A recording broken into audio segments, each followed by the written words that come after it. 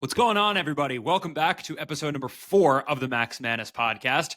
You can all see by the title, we got a awesome, like really can't even put into words how awesome this went guest today. First big league guest that we've had on the show, so shout out to him for being the first one to brave those waters, hopefully the first of many to come. Harrison Bader, he gave me an hour of his time. A lot of you guys probably could guess big leaguers are super busy during the season, so it's not a light thing that he did that for me. Very appreciative. Shout out also to my guy Ralph Nakash for hooking it up. The episode is awesome. I'll tease it a little bit. There's a piece of awesome news. I keep using the word awesome, but it was awesome. There's a piece of awesome news at the end that you're all going to want to stay tuned in for, that Harrison dropped that I wasn't sure if he was going to be ready to put out there, but he gave it to us, and I am so excited for it. And yeah, I'm just really excited for you guys to all hear what it was about because we touched on so many things, man. I wanted to talk to him a lot about his defense and how that evolved. I wanted to talk to him about him as a person, and he's a very swaggy guy, obviously, and he's got the batting gloves and the headband and everything. So that's he's always been very out there with that, and it's a huge part of his personality. So I wanted to touch on that. We talked a bit about starting out with the Cardinals and then coming to the Yankees and the Mets and the differences in baseball culture in the Midwest versus in New York and the positives he got out of both of those. We talked about just some of the incredible players he's gotten to play with in his career. I mean, we talked about Judge and Pujols and Yadier Molina and Correa and Byron Buxton and all these dudes. He has like stories on stories. That was really awesome. I hate asking for likes and subscriptions and everything because I don't like asking people for anything. I would hope that the content is just good enough that you guys want to do it anyways. But I'm hoping that this episode picks up some traction, so I'll toss this in there anyways. Would be very appreciative if you guys can like, comment, review, subscribe, all that good stuff.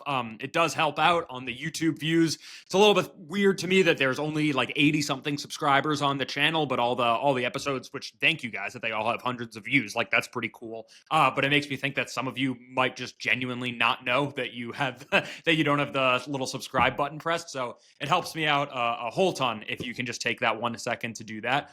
One other announcement before we dive into the podcast that is really cool. Shout out to the Somerset Patriots, who, this is just like one of the crazy, the fact that I'm even saying this sentence out loud is wild. They invited me to throw out the first pitch at their Jewish Heritage Night on May 29th, which is a little more than a month from now at the time we're recording this. You can get this awesome hat with the Somerset logo and the Magen David on the side. I'll pop it on. You can get that I'll leave the link down below in the description, but it's also all on my Twitter and Instagram and all over my socials to buy ticket packages that come with the hat. It's going to be sick. When I got that message, I was just like, come on, this is like, I can't even, when I was typing out the tweet, just being like, am I really saying this? I'm throwing out the first pitch at a baseball game. Like this is, I don't know, man. It's a cool, like, take a step back, appreciate where I've gotten in my career. And of all the cool things that I've gotten to do, I think every little kid dreams of throwing out the first pitch at a baseball game one day. So that's something that it's hard for me to put into words how exciting that is. I am flying to Israel at 9 p.m. that night, and first pitch is at 6:10, and then I have to get in a car and immediately go to Newark. So I apologize in advance if there's anyone that comes out and was hoping that I would hang around for the game and we could say hi. Probably not going to be an option this time around. Maybe I'm hoping we'll be able to find some time to do something before the game, but we'll see how that goes. If not, I'm at Yankee Stadium all the time. I'm in New York. You bump onto me in the street, whatever it is. I'm happy to help out anytime. So apologies in advance for anyone that makes the trip and wants to link up down there. I'm not sure that it's going to be a possibility this time, but nonetheless, shout out to Somerset. That's going to be awesome. I really can't wait. And big shout out to Harrison Bader for not only giving me an hour of his time, but really like going in depth on a lot of these things. He gave me such honest answers, so much interesting insight that really wasn't just the cookie cutter stuff that you generally get at a ball player's locker post game, which really is what this podcast is about, is trying to kind of go a little bit deeper and talk to guys about why they love baseball and their real connection with the game and the stories along the way. So it turned out awesome. Really can't wait for you guys to listen. And with that said, let's get into the interview. What is up, everybody? Welcome back to the Max Manus podcast. Very special guest today. I think if you were to make a list of dudes in the big leagues that are fun characters, fun stories, like aura, swag, good media personalities, I think we might have one of the dudes that's right near the top of the list as far as best podcast guests that you could possibly have on. Super pumped to have Harrison Bader join us today. Harrison, what's going on, man? Max, what's up, brother? That was quite the introduction, I have to admit. I really appreciate that. Absolutely. Listen, man, this is one we've been trying to make happen for a while. So I'm really, Yeah, really glad we made it happen. First off, you're in Minnesota right now. Some new threads, which I think the Twins have some of the best jerseys in baseball. So really cool new threads. yeah, I So agree. how's that experience been? Yeah, it's been great. I find a lot of joy in just diving fully into new fan base, new cities, new organizations. And obviously just being connected by the game that I just know so well, pour my energy into, and then I get to do it in front of a new crowd. I mean, I think is awesome. So it's been a great experience. I've never really been to Minnesota for an extended period of time outside of simply just playing here when we've been the visiting team. But listen, it really is great. The weather's warming up, which we love because it was a little cold there at the beginning. But outside of that, man, it's been a great experience every single day. And yeah, we're looking to turn this thing around and get it going in the direction I know we're capable of. Awesome, man. Yeah, you already touched on it a little bit there, but one of the main reasons that you stuck out to me as someone that I really, really wanted to have on this show is I think there's a joy that you play the game of baseball with that I would hope a lot of baseball players have their own version of joy. But when you watch Harrison Bader play baseball, there's something to just the joy is really the right word, but just the passion and the love that you play the game with. I know you're posting on your Instagram all the time about how baseball is a gift, and you try to see it as a gift all the time. Well, let's wind it back a little bit. Take me back to like the early Harrison Bader days, and give me just the Harrison Bader career journey from T-ball all the way to the bigs, or wherever you want to start. Yeah, I actually skipped all those levels and went straight to the major leagues. I was kidding. Um, Beginning. Let's see. So like my father always told me that, when I was born, my uncle just sent a baseball glove to the house. And yeah, I think my passion for the game, my love for the game definitely came from my father. There's no doubt. I tell the story all the time. He was never not there to, in the early days, pitch to me, throw to me, have me take ground balls, fly balls. He was never not there. My love stems from his love of the game. He knows and could talk for hours about the history of baseball. You know, the very beginning of it, obviously, with being from New York and being Yankees fans growing up and whatnot. The history of the Yankees was obviously very big at the beginning of baseball with Babe Ruth, Lou Gehrig, Murderers Row, and then obviously that middle portion, obviously, and with all the segregation in the 30s and 40s, with the Negro Leagues. He was always a huge fan of the Negro Leagues. And just the general history of baseball is something that I think he just, as I get older, he just loved the game. There's no doubt about it. He just knows how it's just such a beautiful game for so many reasons. So I absorbed that love, there's no doubt, and I just became addicted to it from day one. I just remember just in Little League, just always being obsessed with it. Always always playing. At a young age, it's just so important to just get out there and just go play. You have T-ball, you kind of graduate from T-ball, and then you kind of go to coach pitch, and you progress from there. But just going out there and playing was what I was always into. And my dad was there every single second of every day, and I attribute my love for it, my success in it to my dad, just because he was simply there. And it's just so important to just be there for your child, which I'm learning now how important it is. And just watching some of my teammates, how, they talk about it all the time. The second baseball is done for that day, the game is over.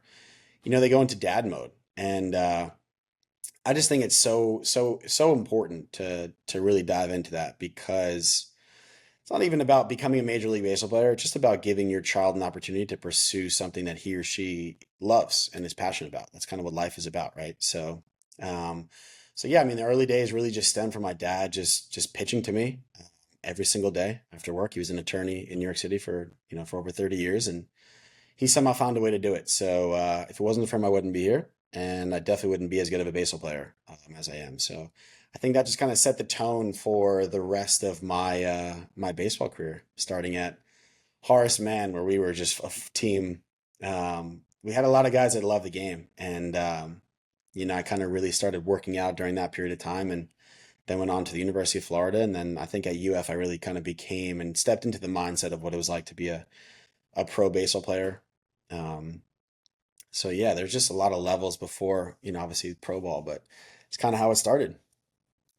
Yeah, you talk about, well, I'll say that's one thing that we've talked about with some of our guests in the past is that in order to get to the big leagues, there needs to be this time period where you're kind of such a baseball rat and that's all you're thinking about. That's all you're doing 24/7. But the players that are really able to separate themselves are the players that at a certain point can recognize, like, okay, I kind of got to take a step back because I have family, I have a life outside of this, and there are bigger things that I need to attend my attention to, and that's not going to detract from baseball. Like that's going to make me a better baseball player if I'm able to balance out my time with these things. So you talked about how when you got to UF, that was kind of like a mindset change for you. Was that because there were certain people there that really pushed you to get to that next level of what it takes to be a professional ball player, or was it you getting to a certain point in your life where you accepted it kind of upon yourself, or what do you think it was for you? Yeah. Yeah. So, I mean, in high school, I played for a team called the New York Grays. The way I kind of see my trajectory was, my father was obviously at the very beginning and my younger years, which were really important because he would never get mad at me for like not playing well, but he would get mad at me if I would slam equipment or if I wouldn't run hard or if I would, get frustrated in the batting cage. I'd throw my baseball bat and he'd say, pack your stuff, we're leaving. And I'd be like, no, no, no, no. He's like, no, no, we're leaving. And he'd get about 10 steps out of the cage with me. And then I'd be like, no, no, no, no. No. And then he'd give me a chance to kind of come back and we go back into the cage. But he was always teasing the idea of like, this game is just, I think understanding it now, this game is just such a long career. There's so many steps you have to get to before you can even think about making it to the major leagues. You have to play where your feet are. And if you're going to be, if you're going to get mad at yourself, you're going to start throwing stuff, you're just not going to have the temperament to make it. And I think in his own way, he really kind of instilled that in me. And even to this day, I'll get frustrated. I'll slam a helmet after striking out with the bases loaded, which I did, in Atlanta. But I think the period of time that it allows it affects my game is just so much smaller, and it's even those little outbursts I want to cut out, but I think certain times they're just so fiery, but overall I guess what I'm getting at is that he's been training me for a long time to have temperament, to go out there and play my best. And he carried that into the New York Rays organization where he handed me off to David Owens, who's still running the team, still pumping out really good teams, still sending kids, inner city kids from New York to colleges, getting them scholarships, allowing them to use baseball if they're not good enough to kind of continue into pro ball, at least use it to earn a college degree, which is amazing. So handing me off to New York Rays where we did everything down to like how you throw the ball after a strikeout from the catcher to the third baseman, how you zip it around the field, how you run off the field, how you run on the field, how you execute in certain situations. I'm learning these things at a very young age in high school with the Grays, and then passing me on then to, Brad Weitzel and Kevin O'Sullivan at the University of Florida, where it really was run like a pro organization. And that was because Brad Weitzel, who was the assistant coach, had so much experience in the pro sector as a scout. He's actually a scout for the Minnesota Twins, which is why I kind of tell this story, which is funny because baseball's for a circle. Now I'm actually playing for the Twins. But I've known about the Twins and what pro teams are like because he would always say that in my scouting years, here's what I would look at for a player's ability to see if we want to draft him and give him money. And the notion, this is before the NIL deals and all the stuff that all these young kids are making exorbitant amount of money, sorry. The notion of being paid for a sport was something that was years away from me still at that point. In college, we didn't get paid at all. I got $500 on my Gator card and I thought I was the richest dude on campus. So, I was always like, okay, like in order to get paid for this, in order to like be considered to be even think about getting paid to this, I got to do all these things before I can even imagine that. So Brad taught me that at a very young age. I'm at UF from day one. He ran it that way. Everybody who's ever gone through or been in contact with Brad knows how he ran it. And we carried it into pro ball where now we're actually doing it. Now we actually have to apply it into the real world. So, again, I think just that pro mindset of understanding that this is a business and here's what they look at and here's how you kind of go about it. I think learning that at a young age, I think allowed me to kind of compartmentalize and keep my career moving in the right direction. Yeah, I think don't get me wrong, there's definitely that's true of other sports as well, I'm sure. But I think one of the things we talk about with baseball a lot is this idea of it's a marathon and not a sprint, right? That there's so many of the small intricacies you talk about, the right way of throwing the ball around the horn after a strikeout, the right way to take the field, all the small things like that that I can imagine when you're a high school or college player that's, just trying to get to the next level. There's probably day to day where you're thinking like, oh, this stuff is so boring. Like, why do I have to be bogged down by all this stuff? Like, I'm a pro baseball player. I want to go play ball. But I'm sure, or I would guess that now that you're at a pro level, you've realized that what it takes to be the guys that are playing every single day for one of the 30 Major League Baseball teams is you have to be one of the guys that in the moment and over the course of all those years was able to see the value in like, no, it's the small things that are what get you to that level. It's not the big, exciting, the walk-off homer, the exciting stuff. It's like, no, you perfect the small stuff and that's what gets you to where you are. Yeah, I mean, yeah, you said it best. I mean, the small things are kind of what set up those big moments, you know. Guys can get lucky and have that big swing, but in my opinion, just watching some of the greatest go about it, they just do all the small things extremely well and they repeat them extremely well every single time um, the opportunity presents itself, you know. And in baseball, as opposed to other sports, you're at the top of the world when you're drafted. You know, I was a third rounder, but some guys have a college career for 3 years and they're given millions of dollars and they're the first pick overall, but they're sent to A ball, they're sent to, high A, or, you're in double A. Or the point is you go from all the way to the top to all the way at the bottom and you got to reprove everything and redo everything. Whereas in a lot of other sports, you kind of get implanted directly into the league. Mm-hmm. I mean, you have like the G League or whatever in NBA, but in football, you go straight from college right into the league, and that's awesome. But in baseball, there's just a big learning curve with the developmental side, I think, and playing on that stage that just takes reps, and those reps and success from those reps come from doing the small things really well. And I don't know if you ever master anything in baseball, but I think you get pretty close to it, and understanding your process to be effective in doing those small things on a daily basis, I think will allow you to have longevity in your career for sure. Yeah, and it's cool that for you specifically, at least at the start of your career, the first two organizations that you played with, the Cardinals and the Yankees, are two teams that are very much known for not only the history and all the great players, but like the Cardinal way, the Yankee way. Those are terms that are thrown out there a lot, that there's very much a top-down organizational structure of this is how we do things. This is why we have a proven track record of success. Were there guys once you, either veterans when you were in the minors that maybe were around that you saw, or once you got to the big leagues that you looked at the way they went about their business that you realized like, oh, that's why this guy has been able to have a long, successful career? Oh yeah, no doubt. That success comes from habits, and I think those habits are sometimes you get them really early, and other times you learn from other guys, and sometimes you get them a little later. And I think I'm a little bit of both. And I think like when I was younger in the Cardinals organization, that's when Yachty was rolling.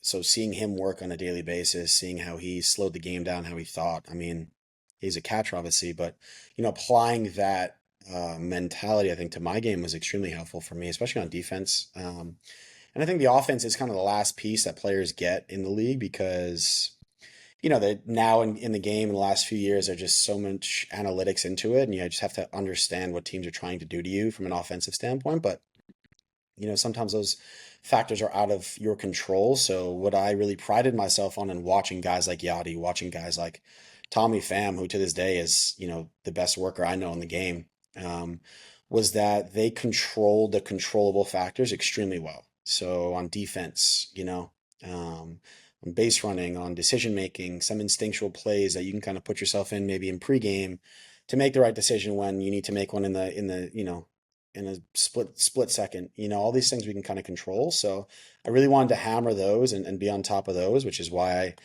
I care so much about my defense and work so intensely on it and take so much pride in it, because there's so much about that aspect of my game that I can control, which I think is power.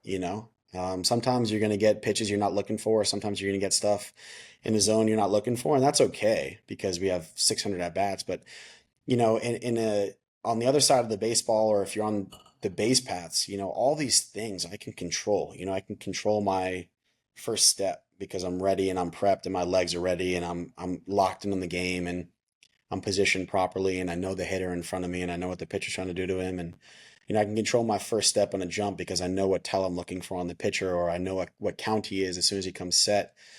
So I can get a good jump. I run fast. So I got to do all these things that I can totally control, and then it's not to say that they're easy, but the process, in my opinion, for producing a consistent um, player and result on those sides of the baseball are things that are in your control, and therefore we should hammer them because the bat's going to get hot and cold and there's going to be a lot in between. But if I can be consistent about 99% of the rest of my game, I'm gonna stick around for a while and I want to play this game for as long as possible. So I think understanding that at a younger age and watching guys who I know put up huge numbers on all sides of the ball do that, it just kind of reaffirmed it. And I just wanted to model my game off of them.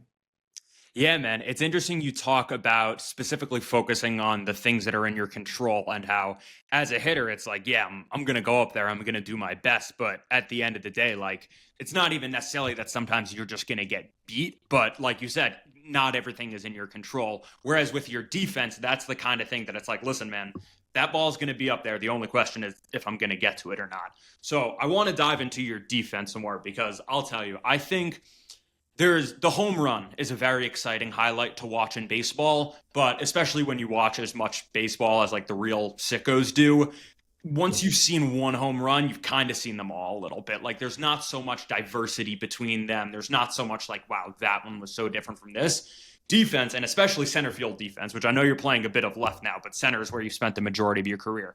There's something about watching center field defense that I really don't think you get. Just like it's not only just the pure athleticism, but it's the appreciation of just like, that's a dude that could be playing basketball, football, whatever other sport if he wanted. And he's out here playing baseball, doing things that the human mind can't even comprehend. Like, I'll tell you, you are, I think, the first player that I've ever watched play defense that the number one thing that I couldn't get out of my head was his footwork is incredible. It's very rare that you watch a player and the footwork is specifically the thing that stands out. But for you, it was. When you came to the Yankees, I was just like, I could sit and watch this dude's footwork for hours and hours on end because it's just that incredible. So talk to me about the development of your defense over the years and how that's been something that I guess the mix of training and kind of trial and error, but also I'm sure it's very much driven by data these days.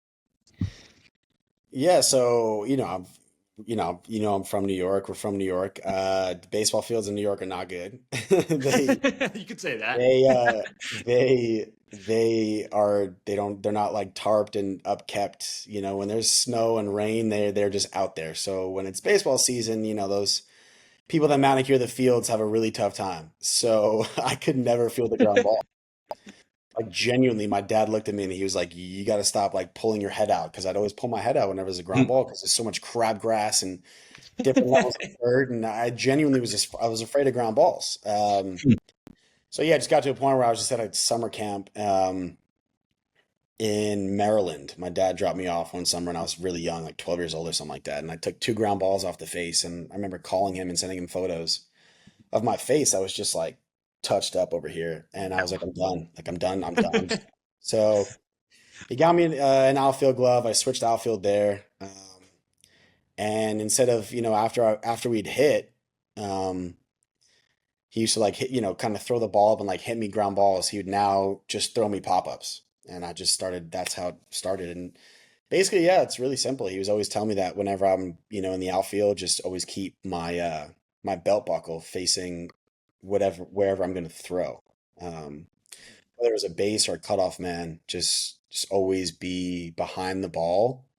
So when you catch it, you have more momentum coming forward. And it's really that simple.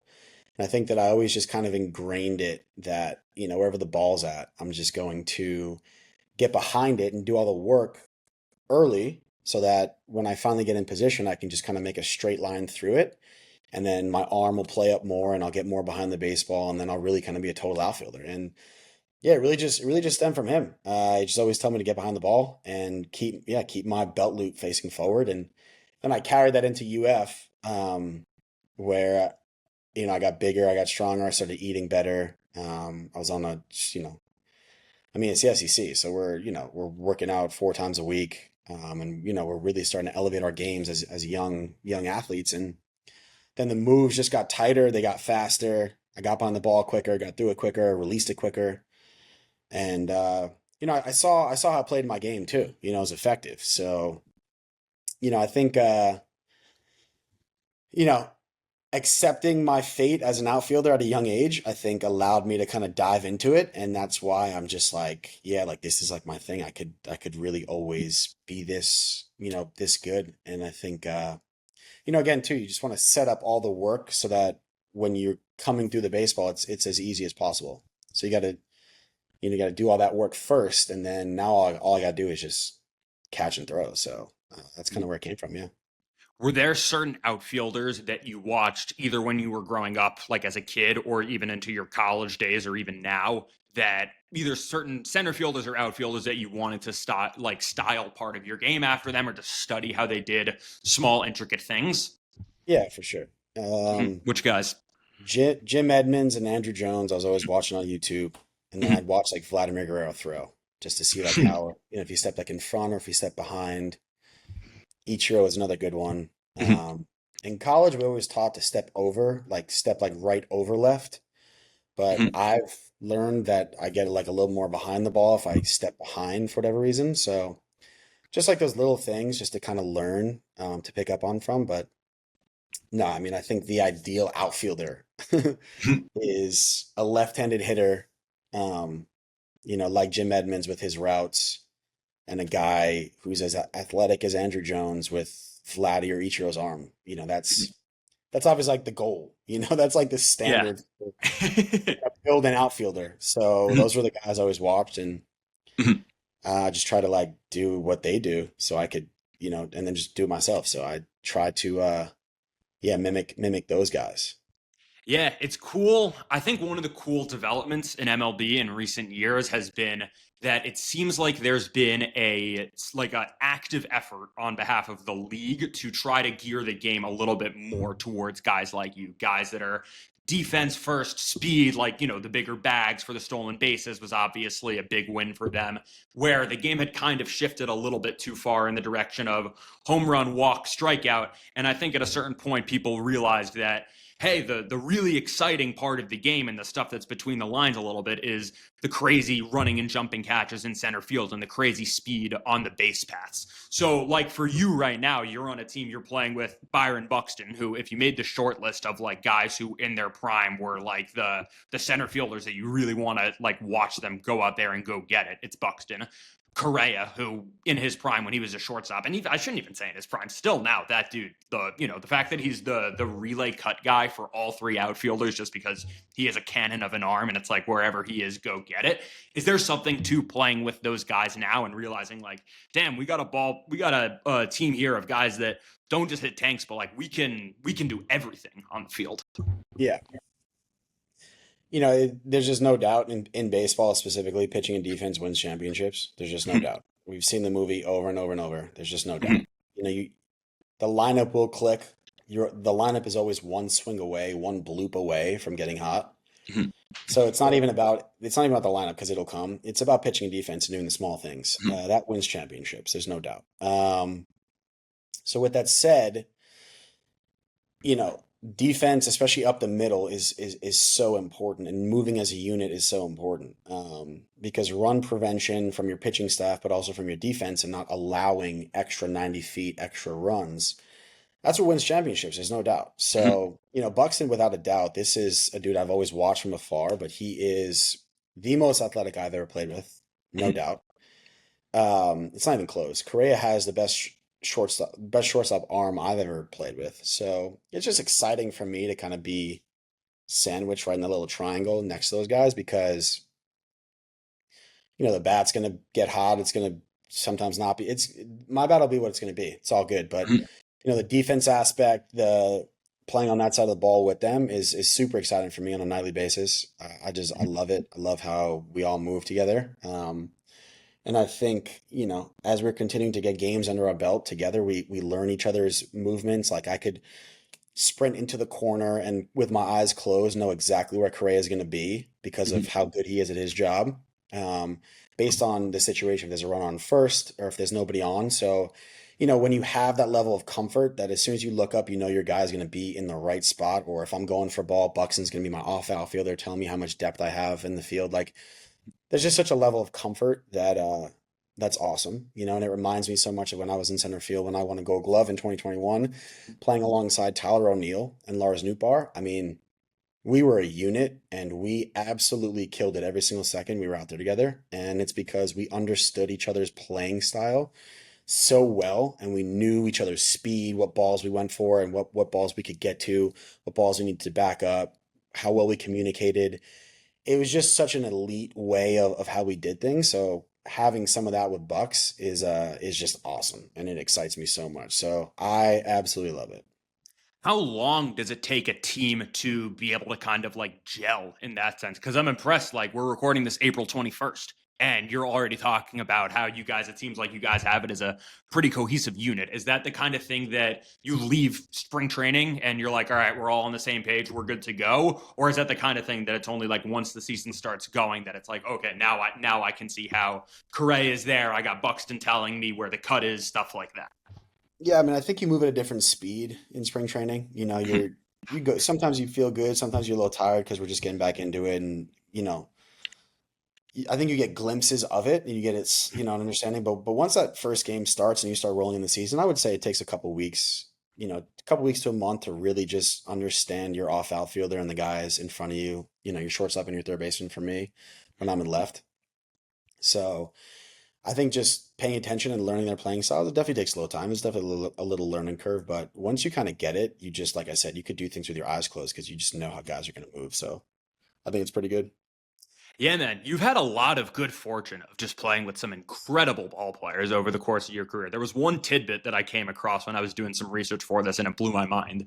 In 2022, you got to watch the Pujols 700 home run chase and the Judge 62 home run chase in the Yeah. same season. You were already in New York when Pujols hit number 700, but you got to see because he hit 20 something homers that year, and there weren't a lot of people that were necessarily penciling him in for 20 plus homers at that point of his career. So you got a front row seat to baseball history for two different teams. What was that like? Yeah. I also watched Paul Goldschmidt win an MVP that year. Yeah, wow. That one didn't even cross the mind. Yeah. Yeah, so No, I mean, to mention what you said earlier, I mean, I'm just extremely grateful. For just the guys I've been around, the relationships I've made, for the information I've learned, the education I've received, both intentionally and unintentionally. It just adds to like the long book I keep of like how amazingly lucky I am to go out there and do this every single day. Certainly by design, and I'm not taking away my own level of work that has gone into this, because I certainly didn't wake up and just roll into this situation, but to be able to be around some of those names that you mentioned for such a short glimpse in human history and to witness it and experience it alongside not only teammates but fans and their families. I mean, you honestly can't write it any better. So, it really was just amazing to watch. It just shows you sometimes that, there's just really special moments that happen in this game that really don't happen often and really won't ever happen again. Pujols being able to suit up and compete for 700 homers. Judge physically breaking the record. Who knows if he ever breaks it again? He's certainly capable of it. It's yeah. the best year I've ever seen in my life. It's unbelievable. But just being there for those moments, I mean, come on, it's amazing. It's so much bigger than anything I've ever set out to do, and just to experience it and see how simply cool it is. Yeah, man, it's awesome. So those are some pretty good moments. That was a really special year. Yeah. Yeah, man, you clearly have a lot of gratitude for all the places you've played and all the people you've met along the way. I think it's really cool that clearly you're still beloved by all the former teams that you were playing on. When you guys opened up in St. Louis this year and the crowd gave you an ovation during introductions, I know plenty of Yankees, Mets fans that very few of them will have a single bad word to say about Harrison Bader. What was it like in your experience growing up you grew up in New York, like you said, UF to the Midwest to New York, now kind of back to the Midwest. There's a whole lot of debate now in the baseball world over big market, small market. That's a whole mess that we don't have to get into. But in your experience, what was it like going from playing for the Cardinals for 6 years, like a very storied franchise, and then going to the Yankees, which storied franchise in another way, but probably a whole different ballgame of a fan base in terms of what you're interacting with. So, what was each of those like for you? Yeah, it was great. I mean, St. Louis was just such a fantastic place. It was such a fantastic place for me, especially to grow up in that organization, start my major league career there, have foundational elements that I needed as a young baseball player and a young man, honestly.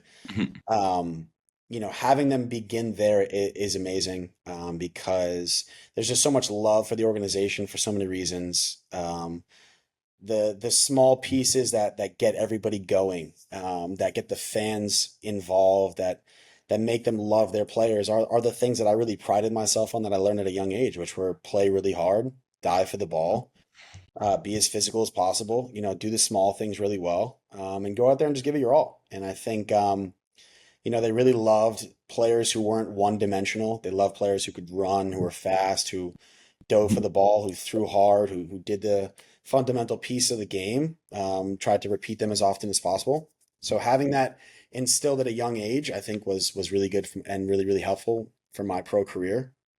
And you kind of take that Midwest mentality of like blue collar, let's get down and dirty. I brought the pants and the boots for it. Let's go. Like, enough talking, let's get to work. That's what St. Louis is about. You kind of take that to New York, where now it's obviously more buttoned up, but it's built on that. It's built on that work, and it's such a grand stage. The only way you back it all up is with your preparation, is with your confidence from what you do to get yourself ready to go out there and perform. You can't just roll out and get on that stage and hope it's going to go well. You get eaten up by it. And there were certainly times where we kind of felt that. And that's natural, but behind the scenes, the work that goes into it and the prep that goes into it all, that's really what it was all about. And I think there were a lot of similarities between that New York mentality of like, let's roll our sleeves up and let's get to work, that St. Louis kind of had, that I resonated with at a young age. And I think making that transition there and then kind of going back, but having some experience now from St. Louis to really get down and dirty, I think it just worked out great for me.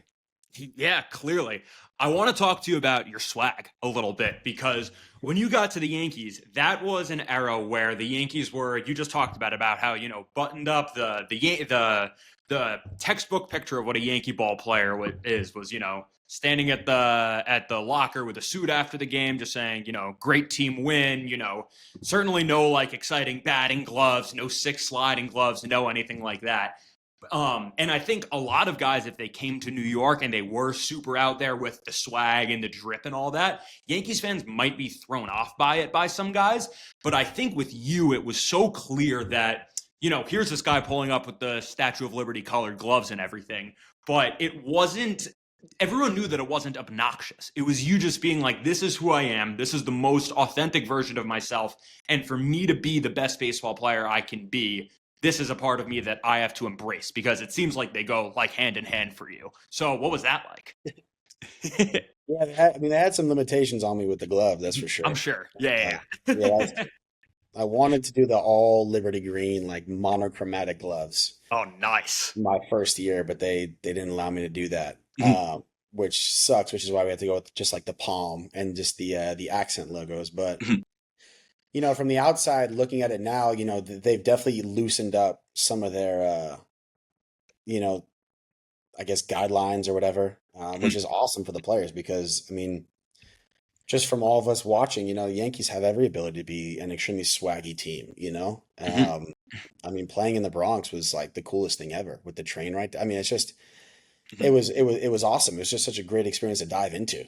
So allowing the players to kind of wear colorful stuff, wear bright cleats and arm sleeves and batting gloves and whatever they do to kind of highlight the pinstripe uniform. I mean, I think that's awesome. It pops. So Mhm. it's cool that they get to do that. That's awesome.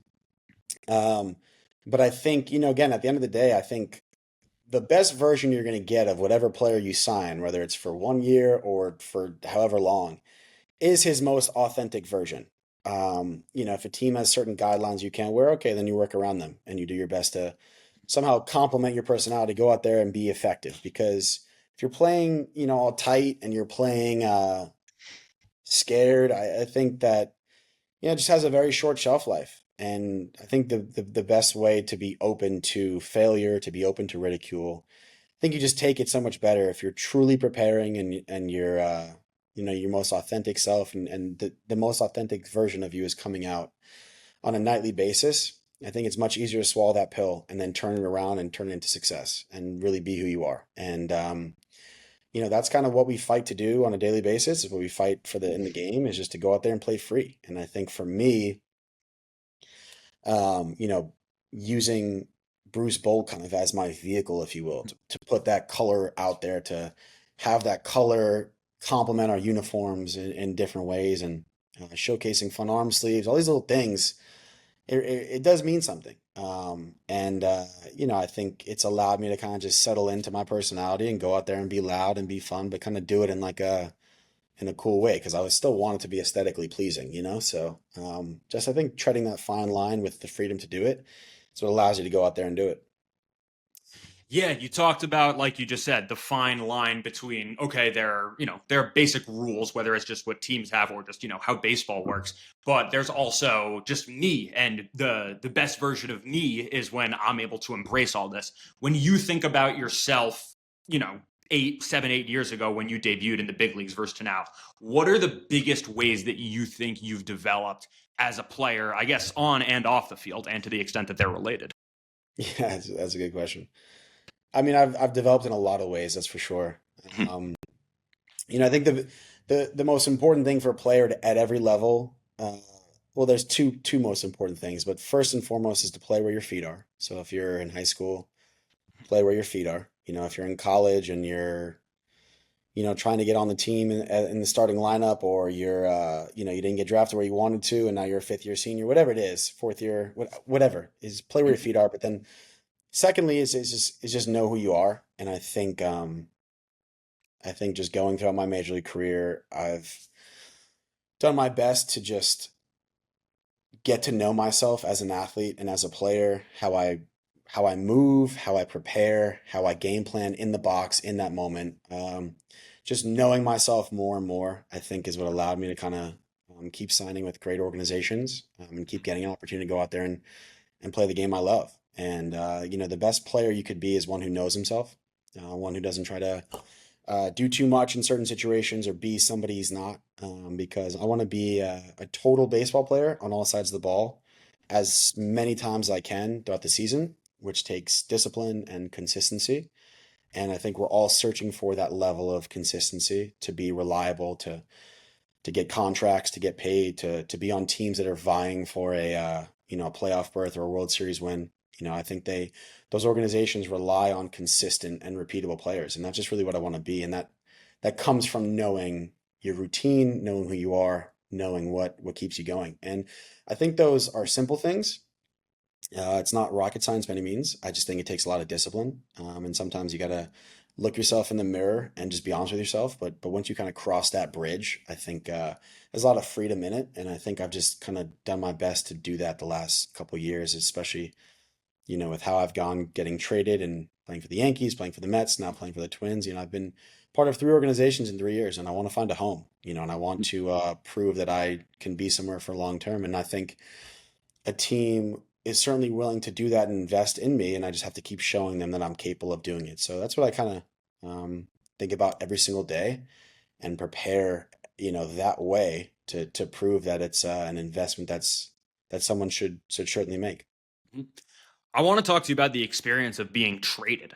Because at least from the fan perspective, the Yankees had talked a little bit about wanting to go out and get center field help at the deadline that year, but I don't think the name Harrison Bader had really been thrown out there all so much, at least to fans. Was that something that you had heard some whispers behind the scenes that this might be coming, or was it like a total shock to Yeah, no, it was a total shock. I thought I was gonna be a Cardinal my entire career. So, you?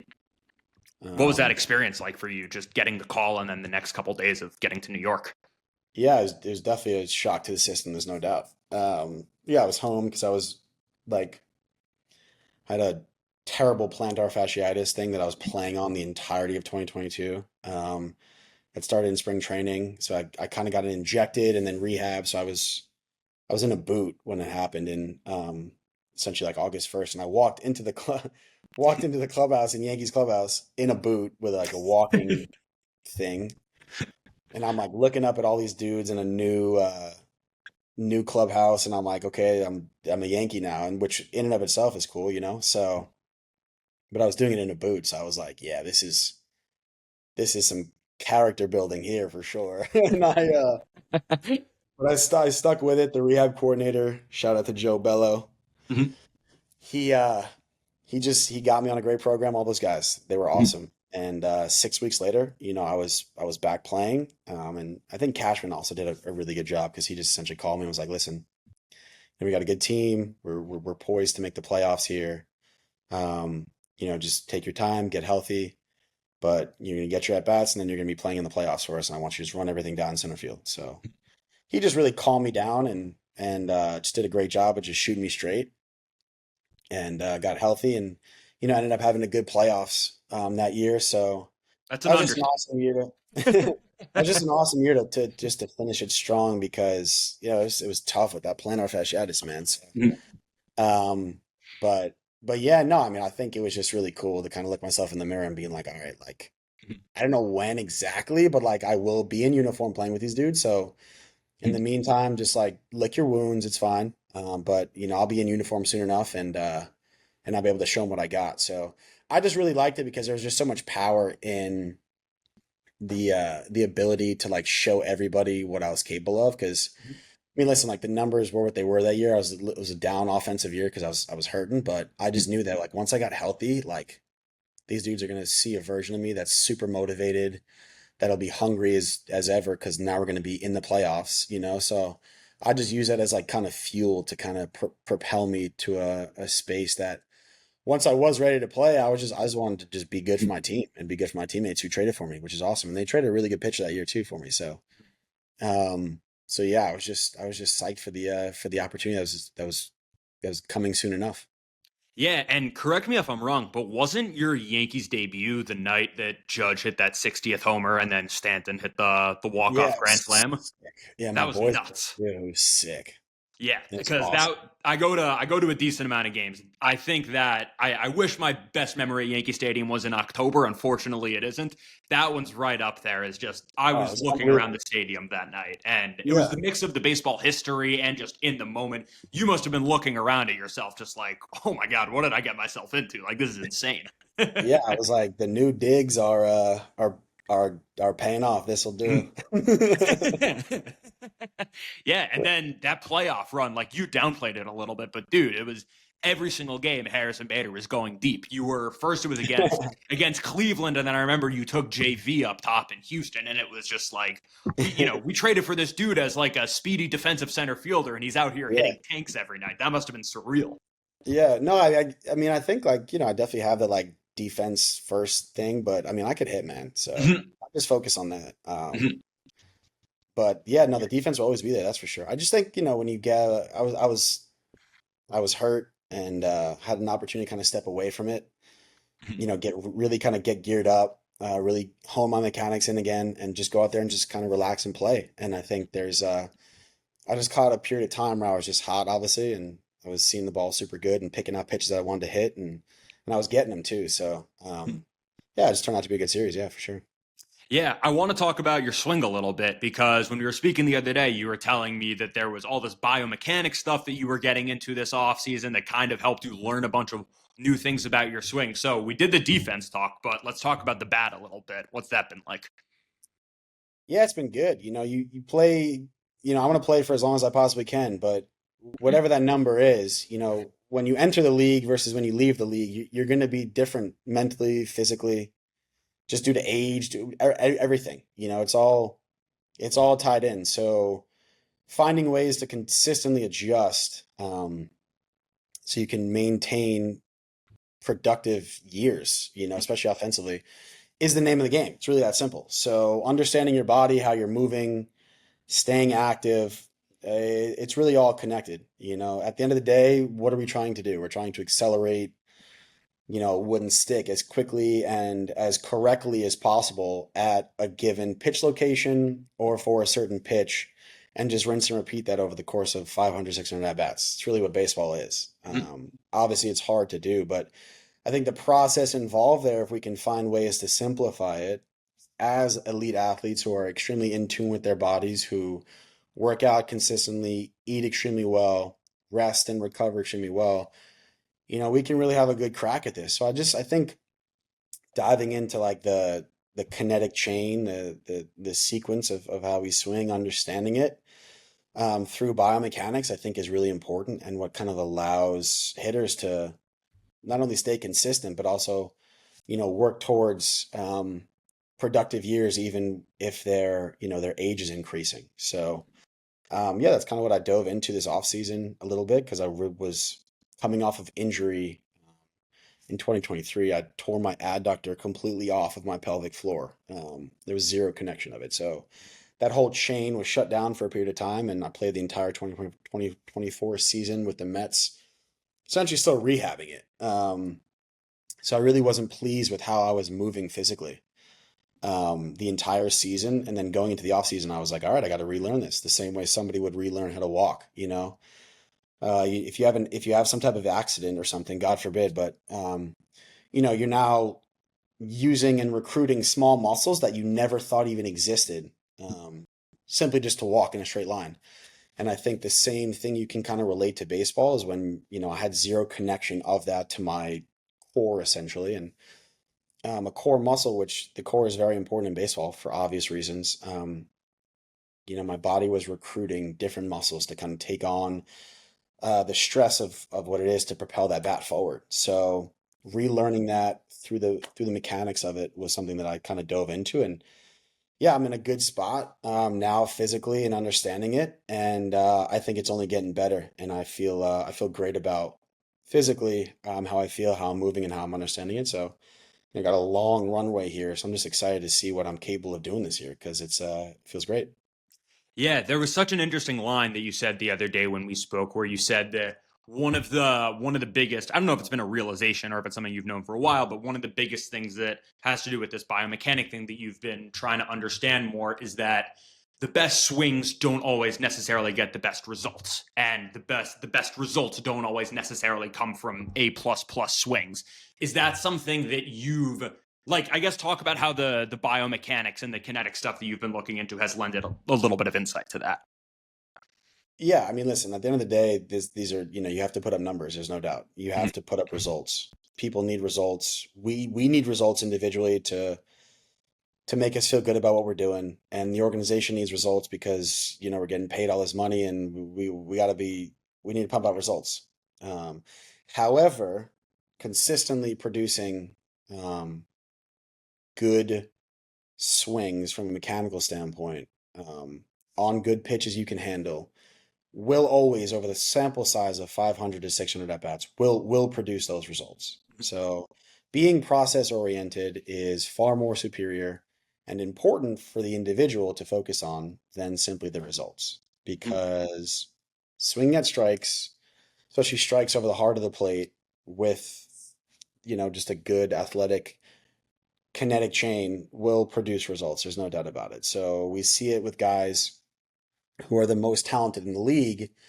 They're the most talented because their swings are extremely repeatable and their process is extremely repeatable, and they feel super good about it, and it's simplified, and it allows them length in the zone to produce results, especially if they're feeling like a little off, which is going to happen for sure. So what we can control in the box is where we stand, what we do, what we're thinking about, the research we do beforehand on the pitcher, thinking about the predictive models of how they're going to attack us. All these things we can control. And then as soon as that ball leaves their hand or exits our bat, our control's over. So there's a lot of like confidence in not being like, oh, I need to get a hit. I need to get a hit. It's like, no, no, no. What I need to do is need to be on time and take my swing, my A swing that I've been practicing on a pitch in the zone that I'm looking for. That's all you need to do. So it's not to downplay it by any means, but it's setting things up to make it more manageable and more bite-sized pieces, so we can produce consistent swings, like on a nightly basis. So that's kind of how I think about it, how I understand it, how a lot of guys who I really admire on the league, how they really talk about it. So it's kind of just shifting it to make it more manageable for the user, which would be the player. That's so cool, man. It kind of goes back to the stuff we were talking about before about how early on it helped when you kind of got this regimented understanding of like the long game always wins and you don't want to be too focused on any one small thing because like you said, like, yes, your job is to get hits. That is the preferable result. But at the end of the day, there's like an all-encompassing mantra almost that it's like if you commit to this over 162, that there's a tried and true kind of proven track record of success there. So it's interesting to hear you talk about the balance between the two of those. You've given me a ton of your time. I do want to touch on some Judaism stuff at the end. I know that's been something that, especially post October 7th and all the craziness, it seems like you've become a lot more vocal with support, and kind of just touching on, I know you talked about how Jewish culture and, you have a ton of, Jewish on one side of your family. And that's something that it seems like went from, for a long time you hear of some players being Jewish here and there. And it's like, oh, that's cool. But you never know, is it just, their family or is this something that really matters to them? And then for you to go out there last year and wear the Magen David, the Jewish Star of David on your belt, that was something that I know so many people that just immediately were like, Harrison Bader can do no wrong in my eyes. This dude is the absolute man. So I guess what drove you to make the decision that this was something that you wanted to put out there a little bit more? Yeah, no, thank you for asking about that. That's nice. I think, well, yeah, so my father's Jewish. I was, I went to Horace Mann my entire life, so it's predominantly Jewish. So I grew up really all my best friends in the world to this day.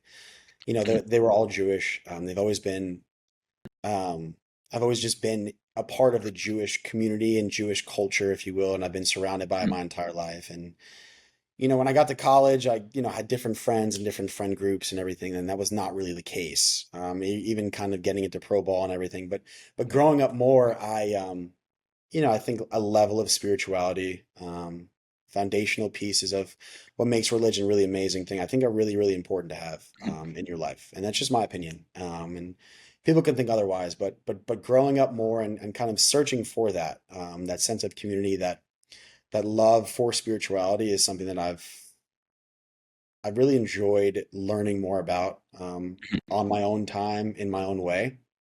And I think with the events obviously that you mentioned on October 7th, I think it presented me with an opportunity to, in many ways, thank all of my Jewish friends who I grew up with and love dearly, all of their families, all of the experiences I've had with them. It was my way to thank them, in many ways show them my love and support back for them by doing small things like wearing the Star of David on my belt, which of course I still wear, and even taking the time to learn more about Judaism, and I have a rabbi who I talk to on a pretty frequent basis in New York, and I think working again towards converting fully and truly diving into the culture on my own time is something that I've just loved the experience. And if I could do it, and if I had more time, not in season, I'd definitely hammer it out and dive in fully. But it's something that listen, I just think it's important to show support for the people that you love. And